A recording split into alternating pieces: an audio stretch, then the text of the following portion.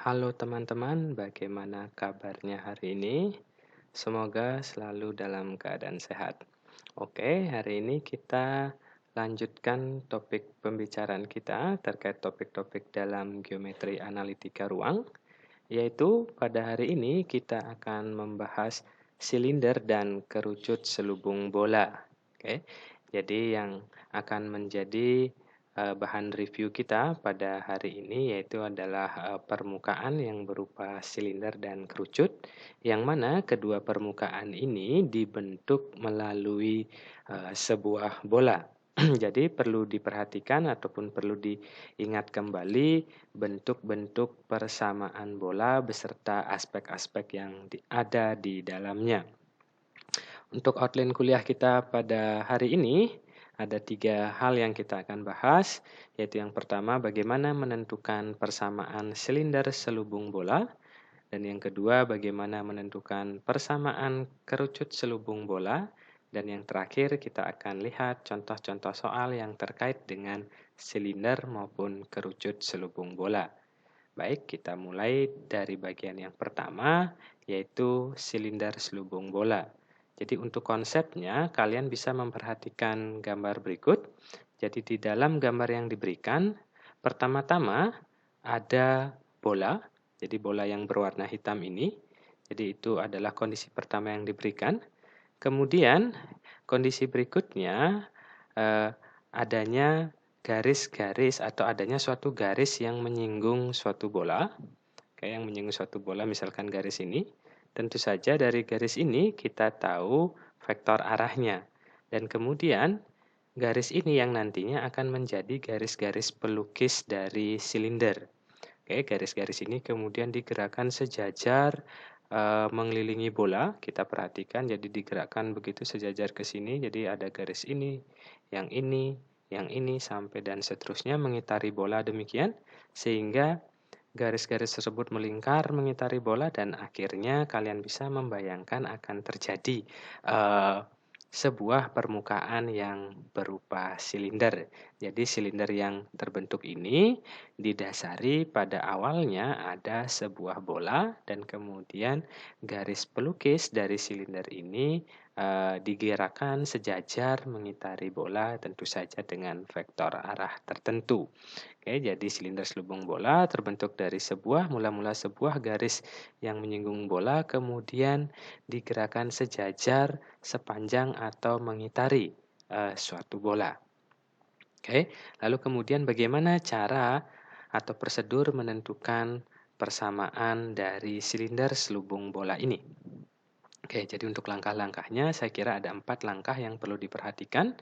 Langkah pertama sebelumnya kita lihat dulu apa yang diketahui. Jadi dalam soal atau dalam persoalan nanti akan diketahui persamaan bola. Jadi akan diberikan persamaan bolanya.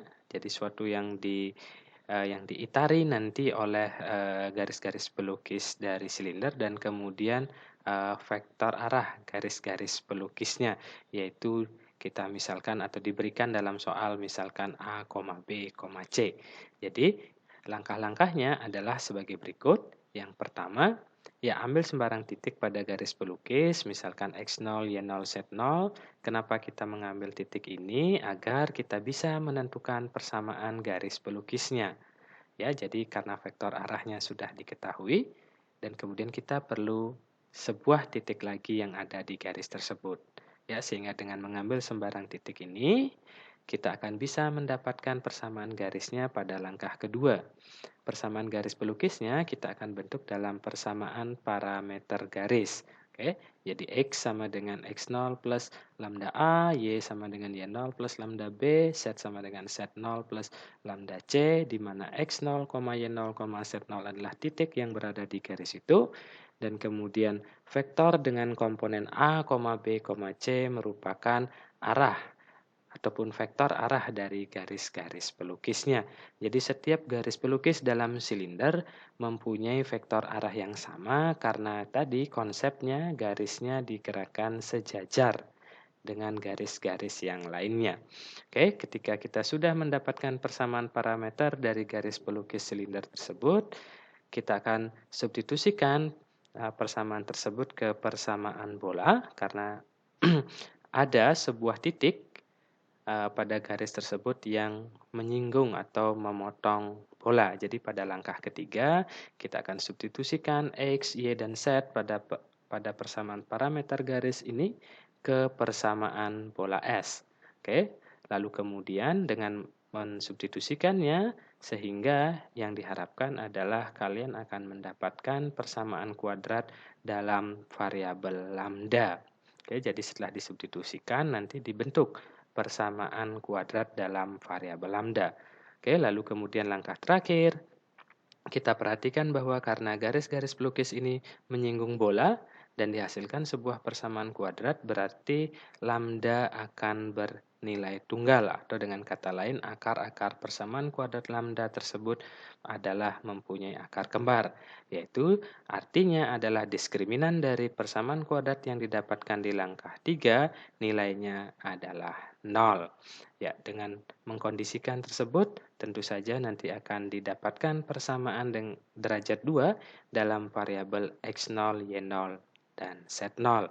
Setelah itu, karena X0, Y0, Z0 adalah berupa titik yang sembarang, maka kita bisa berumum dengan menghapus indeks 0-nya sehingga kita dapatkan persamaan dalam bentuk X, Y, dan Z. Selanjutnya, untuk contoh soal menentukan persamaan silinder selubung bola, kalian bisa perhatikan suatu bola dengan persamaan X kuadrat ditambah Y kuadrat ditambah Z kuadrat dikurangi 2X dikurangi 2Y dikurangi 4Z dikurangi 15 sama dengan 0, diselubungi oleh silinder yang garis pelukisnya sejajar dengan garis yang mempunyai persamaan X sama dengan Y sama dengan Z per 2. Tentukan persamaan silinder tersebut. Oke, kita selesaikan. Kita coba lihat apa dulu yang diketahui. Yang diketahui adalah persamaan bola, saya kira sudah jelas. Dan yang kedua, kita perlu tahu vektor arah garis pelukisnya. Ya, jadi persamaan bolanya sudah jelas dan kemudian vektor arah garis pelukisnya itu adalah 1,1,2 itu didapatkan dari bentuk persamaan garisnya. Jadi kalau kita bentuk dalam persamaan umum garis ini berarti X per 1 dan Y per 1 sehingga vektor arahnya adalah 1,1,2. Jadi itulah vektor arah garis pelukisnya. Oke, kita ikuti langkah-langkah yang tadi untuk menyelesaikan persoalan ini. Yang pertama, kita ambil sembarang titik pada garis pelukis X0, Y0, Z0. Lalu kemudian kita bentuk persamaan garis pelukisnya, yaitu adalah X sama dengan X0 ditambah 1 kali lambda. Kemudian Y adalah Y0 ditambah 1 kali lambda dan Z adalah Z0 ditambah 2 kali lambda. Oke, jadi ini adalah langkah kedua. Selanjutnya langkah ketiga kita akan substitusikan X, Y, dan Z ke persamaan bola. Oke, kita lihat ini adalah persamaan bolanya. Jadi kita substitusikan X dengan X0 plus lambda, Y dengan Y0 plus lambda, dan Z dengan Z0 plus 2 lambda. Oke. Jadi kita peroleh demikian, ini tadi adalah X, ini Y, ini Z, dan kemudian ini X lagi, ini Y, dan ini Z. Oke, langkah berikutnya adalah membentuk, saya kira bentukan ini kita bisa ubah menjadi persamaan derajat 2 atau persamaan kuadrat dalam variabel lambda. Oke, kita selesaikan. Bagaimana ya?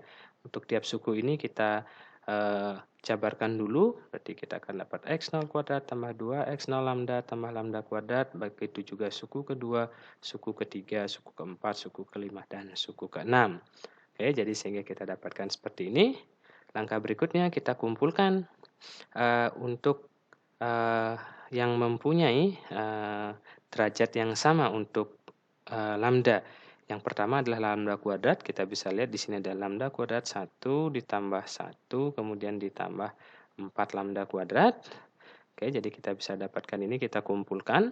Oke, dan kemudian yang mengandung variabel lambda yaitu 2x0 lambda, 2y0 lambda, 4z0 lambda, kemudian ada 2 lambda, ada 2 lambda, dan ada 8 lambda. Jadi kita kumpulkan jadi 1 dan kemudian yang tidak mengandung lambda kita kumpulkan juga jadi 1. Oke, dari langkah ini, kemudian disederhanakan lagi karena ini bisa dioperasikan min 2 lambda, min 2 lambda, min 8 lambda. Jadi kita akan lihat, dan ini juga lambda kuadrat tambah lambda kuadrat tambah 4 lambda kuadrat, yaitu 6 lambda kuadrat, dan ini adalah koefisien untuk variabel lambda, dan ini koefisien ataupun konstanta dari persamaan kuadrat lambda, dan 6 ini adalah koefisien dari variabel lambda kuadrat. Jadi kita sudah dapatkan persamaannya dalam variabel lambda kuadrat. Jadi langkah ketiga sudah selesai, dan berikutnya kita akan menuju ke langkah keempat atau langkah terakhir. Ya, jadi saya tampilkan dulu, ini adalah persamaan yang kita dapatkan tadi, persamaan kuadrat dalam bentuk lambda di slide sebelumnya. Ya, kita kondisikan nilai diskriminan dari persamaan kuadrat lambda ini adalah 0, ya.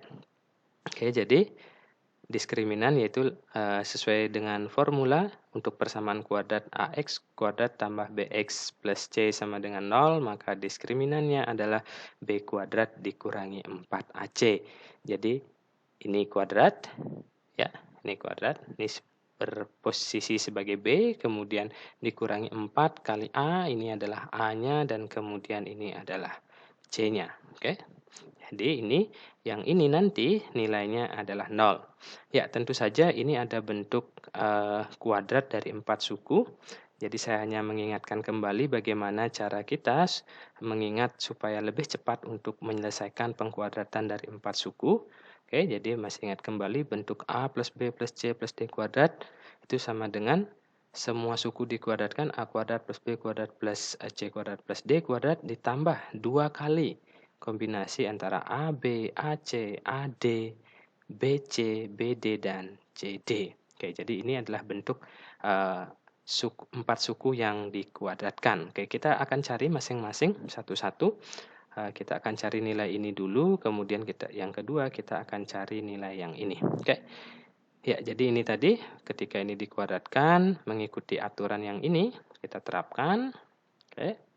Ya, jadi masing-masing suku dikuadratkan, dan kemudian kombinasi 2 kali dari masing-masing ini. Jadi 2 kali dari 2x0 dikalikan dengan 2y0 itu adalah hasilnya 8x0 y0 sampai terakhir.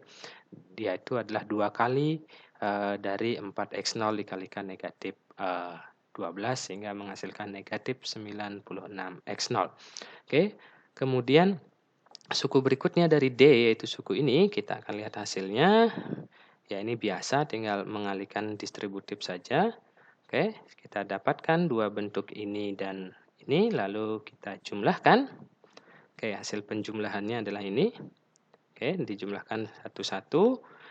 Misalkan yang ini 4x0 kuadrat dikurangi dengan 24x0 kuadrat, hasilnya adalah negatif 20x0 kuadrat, sampai seterusnya, sampai bagian terakhir. Oke, jadi ini kita sudah dapatkan persamaan kuadrat dalam variabel x0, y0, dan z0. Ya, atau persamaan derajat 2.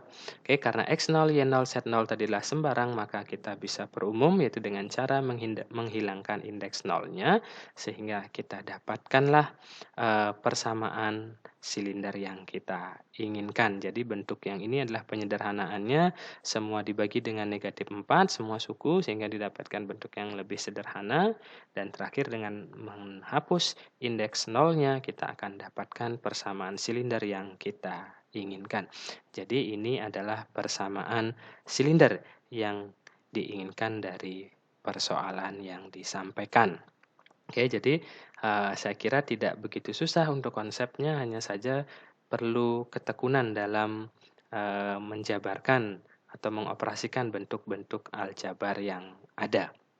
Oke, itu untuk silinder selubung bola untuk konsep dan contoh soal, mudah-mudahan dapat dipahami dengan baik. Untuk berikutnya kita akan lanjut ke kerucut selubung bola. Oke, kita akan menuju ke konsep, bagaimana konsep kerucut selubung bola ini. Ya, untuk konsepnya seperti biasa kalian bisa memperhatikan ilustrasi ini. Ya, jadi kalau tadi silinder itu berasal dari sebuah garis yang digerakkan sejajar mengitari bola. Kalau kerucut itu berasal dari sebuah titik. Oke, kemudian dari titik yang berada di luar bola ini kemudian dibuat garis-garis yang mengitari bola sedemikian sehingga garis tersebut menyinggung bola. Oke, jadi garis ini, kemudian garis berikutnya digerakkan mengitari bola demikian, ya sehingga akhirnya terbentuklah permukaan yang berupa kerucut, ya. Jadi, yang perlu diperhatikan dalam kerucut adalah sebuah titik diketahui dan kemudian garis-garis pelukisnya vektor arahnya berbeda-beda. Sementara tadi pada silinder perbedaannya adalah vektor arahnya yang diketahui tapi titik-titik yang ada di garis pelukisnya yang berbeda-beda. Ini saya kira sangat erat kaitannya. Jadi saya kira saling melengkapi untuk yang diketahui antara silinder maupun kerucut selubung bola. Oke, kita akan langsung menuju langkah-langkah dalam menentukan persamaan kerucut selubung bola. Oke, yang pertama perlu kita lihat apa yang diketahui. Tentu saja yang diketahui adalah seperti biasa persamaan bola itu harus diketahui karena kerucut ini dibentuk dari bola yang ada. Oke, di persamaan bola ini adalah satu yang diketahui dan kemudian titik puncak kerucut. Oke, jadi titik puncak kerucut X1, Y1, Z1. Oke, kemudian saya kira langkahnya serupa dengan langkah yang ada di silinder. Oke, hanya saja ada sedikit perbedaan. Oke, ada 5 langkah dalam menentukan persamaan kerucut selubung bola, yaitu yang pertama, karena sekali lagi untuk menentukan sebuah persamaan garis, kita perlu yang namanya sebuah titik dan vektor arah. Karena titiknya sudah diketahui, maka kita akan mengambil sebarang garis yang vektor arahnya adalah A, B, C. Ya, sehingga kita dapat membentuk persamaan garis pelukis kerucut sebagai yang diberikan di langkah kedua ini, yaitu adalah X sama dengan X1 plus lambda A, Y sama dengan Y1 plus lambda B, dan Z sama dengan Z1 plus lambda C. Yang mana X1, Y1, dan Z1 merupakan titik yang merupakan puncak kerucut atau titik yang diketahui dan kemudian A, B, dan C sebagai pemisalan atau parameter dan lambda juga sebagai parameter. Langkah ketiga seperti biasa substitusikan X, Y, dan Z pada langkah yang kedua ke persamaan bola sehingga menemukan persamaan kuadrat dalam variabel lambda.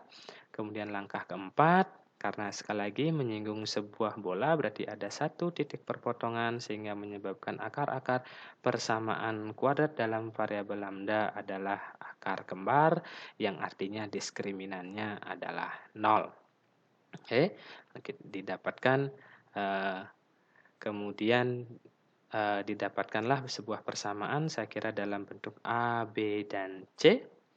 Kemudian untuk mengeliminasi A, B, dan C karena kita ingin memunculkan variabel X, Y, dan Z. Ya, sehingga langkah terakhir adalah eliminasi parameter A, B, dan C. Tentu saja lambda juga perlu dieliminasi dari persamaan tersebut sehingga akan muncul persamaan derajat 2 dalam bentuk atau dalam variabel X, Y, dan Z. Oke, untuk lebih memperjelas langkah-langkah ini kita akan cobakan dengan sebuah contoh soal. Ya, tentukan persamaan kerucut selubung bola yaitu dengan diketahuinya bola dengan persamaan X kuadrat tambah Y kuadrat tambah Z kuadrat sama dengan 11 yang puncaknya di titik T dengan koordinat 2,4,4. Jadi seperti biasa untuk penyelesaiannya, ya seperti biasa yang diketahui adalah persamaan bola kayak ini, S-nya dan sebuah titik. Oke. Untuk penyelesaiannya ya kita bisa ambil sembarang garis pelukis dengan vektor arah A, B, C sehingga kita bisa menentukan persamaan garis pelukis tersebut yang melalui titik T dan vektor arah A, B, C. Sekali lagi dibentuk dalam persamaan parameter ya. X sama dengan 2 tambah lambda A, Y sama dengan 4 tambah lambda B, dan Z sama dengan 4 tambah lambda C. Ya, kemudian langkah ketiga substitusikan X, Y, dan Z ke persamaan bola. Oke, ini persamaan bolanya substitusikan X, Y, dan Z. Oke, kemudian dijabarkan.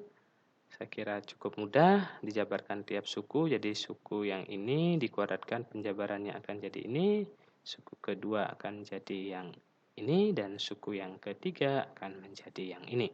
Oke, lalu seperti langkah yang tadi, kumpulkan lambda kuadrat dengan lambda kuadrat, lambda dengan lambda, dan yang konstanta dengan konstanta. Oke, jadi ini adalah pengumpulannya. Ini semua suku-suku yang berbentuk lambda kuadrat, ini semua suku yang berbentuk lambda, dan ini semua suku yang berbentuk konstan.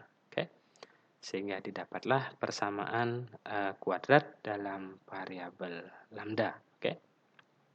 Ya, jadi dari langkah 3 ini kita sudah mendapatkan persamaan kuadrat dalam bentuk lambda. Selanjutnya kita akan menuju ke langkah berikutnya, oke, yaitu menentukan diskriminannya. Jadi ini adalah persamaan kuadrat yang kita dapatkan tadi di slide sebelumnya. Oke, langkah keempat menentukan diskriminannya dengan sekali lagi yaitu adalah B kuadrat dikurangi 4 kali A dikalikan dengan C. Oke, sehingga kita dapatkan ini adalah bentuk diskriminan dari persamaan kuadrat di atas. Oke, dan nilainya adalah 0. Oke, sekali lagi ini diperhatikan yang terkandung dalam persamaan ini adalah parameter A, B, dan C. Kita belum menemukan variabel X, Y, dan Z. Oleh karena itu kita perlu mengeliminasi A, B, dan C ini dan sehingga menggantikannya dalam variabel X, Y, dan Z. Lalu bagaimana caranya? Oke, tentu saja kalian masih perlu memperhatikan tadi bagaimana persamaan garis pelukisnya. Oke, jadi garis pelukis kerucut tadi persamaan parameternya seperti ini. Ya, kalian bisa menentukan A, B, dan C. Oke, misalkan A itu adalah X min 2 per lambda, kemudian B-nya adalah Y min 4 per lambda, dan C-nya adalah Z min 4 per lambda. Ya, kemudian A, B, dan C ini bisa disubstitusi ke persamaan yang di sini. Oke, jadi A-nya nanti disubstitusikan, kemudian B-nya disubstitusikan, dan C-nya juga disubstitusikan. Kemudian di sini ada A, di sini ada B, ya, di situ ada C. Oke, jadi nanti akan disubstitusikan semua. Oke, jadi langkahnya ini. Jadi ini tadi A, B, dan C yang semuanya nanti akan disubstitusikan ke persamaan yang ini, ke persamaan diskriminan tadi. Oke, bagaimana? Kita coba lihat ini setelah disubstitusikan. Ini adalah A, ini B, ini C, ini adalah A, ini adalah B, ini adalah C. Oke, bagaimana cara kita untuk menyelesaikan perhitungan ini? Oke, semula setelah disubstitusikan, oke, kita lihat langkah berikutnya. Langkah berikutnya adalah kita lihat di sini semua ada faktor seperlambdanya dan di sini 4. Kita bisa buat 2 per lambda difaktorkan sehingga di sini tidak jadi per. Kalau di sini 4 berarti di sini sisa 2. Ini 8 berarti sisa 4. Ini 8 sisa 4. Jadi ini hanya mengubah bentuknya dengan memfaktorkan menjadi 2 per lambda. Oke. Sementara di sini semua mempunyai faktor seper lambda kuadrat. Oke, seper lambda kuadrat karena ini bentuk kuadrat, seper lambda kuadrat sehingga bisa difaktorkan seper lambda kuadrat dan kemudian min 4 kali 25 itu adalah 100. Oke, jadi bentuknya hanya demikian yang ada di langkah yang ini. Langkah berikutnya, ya, karena ini bentuk kuadrat, maka 2 per lambda akan menjadi 4 per lambda kuadrat. Dan kemudian ini bentuknya dijalankan, ini masih kuadrat. Dan kemudian ini menjadi 100 per lambda kuadrat. Dan ini juga masing-masing suku dikuadratkan. Suku yang pertama itu adalah ini. Suku yang kedua itu adalah bagian yang ini. Dan suku terakhir ini adalah yang ini. Oke. Lalu kemudian kita bisa mengalihkan kedua ruas dengan 4 ataupun dengan lambda kuadrat per 4. Oke, jadi ini kita kalikan dengan lambda kuadrat per 4. Oke. Dan ini juga suku yang kedua ini juga kita kalikan dengan lambda kuadrat per 4 dan di sini juga kita kalikan dengan lambda kuadrat per 4. Ya, sehingga yang ini akan jadi 1 akan menjadi bentuk ini dan kemudian yang di sini lambda kuadrat per 4 berarti tinggal 100 per 4 yaitu adalah 25 dan ini karena 0 berarti tetap 0. Ini kalau yang bagian ini saya tinggal kumpulkan X kuadrat, Y kuadrat jadi menyusun kembali bentuknya supaya jadi lebih bagus. Oke, lalu kita akan hitung sukunya satu per satu. Mulai dari ini hasil kuadratnya seperti apa dan yang kedua adalah bentuk ini. Oke. Untuk bentuk yang kuadrat ini dengan menerapkan cara yang sama cara yang sama pada contoh sebelumnya. 4 suku dikuadratkan, hasilnya seperti ini. Dan kemudian yang kedua, oke, bentuk yang ini. Jadi ya, bentuk yang ini itu hasilnya ini sangat mudah, ini tinggal di sifat distributif diterapkan. Lalu kemudian dua persamaan ini bisa dijumlahkan, oke. Ya, jumlahnya adalah ini min 21. Ini kemudian hasilnya seperti ini, nanti bisa dicek. Lalu kemudian dikalikan dengan negatif, saya kira supaya menjadi lebih bagus bentuknya, dikalikan dengan negatif 1, sehingga didapatlah 21x kuadrat plus 9y kuadrat plus 9z kuadrat dikurangi 16xy dikurangi 16xz dikurangi 32yz ditambah 4x ditambah ini mestinya ditambah 88y. Oke, ini kurang y saya kira. Ini kurang y dan di sini juga kurang y ditambah 88y ditambah 88z dikurangi 396 sama dengan 0. Inilah yang merupakan persamaan kerucut selubung bola yang diminta. Ya, saya kira langkahnya cukup panjang. Sekali lagi, secara konsep ini tidak sulit, hanya saja memerlukan ketekunan, keterampilan dalam melakukan operasi aljabar.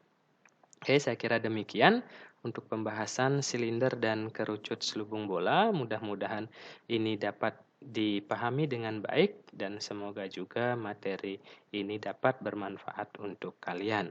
Oke, akhirnya saya ucapkan terima kasih, tetap semangat.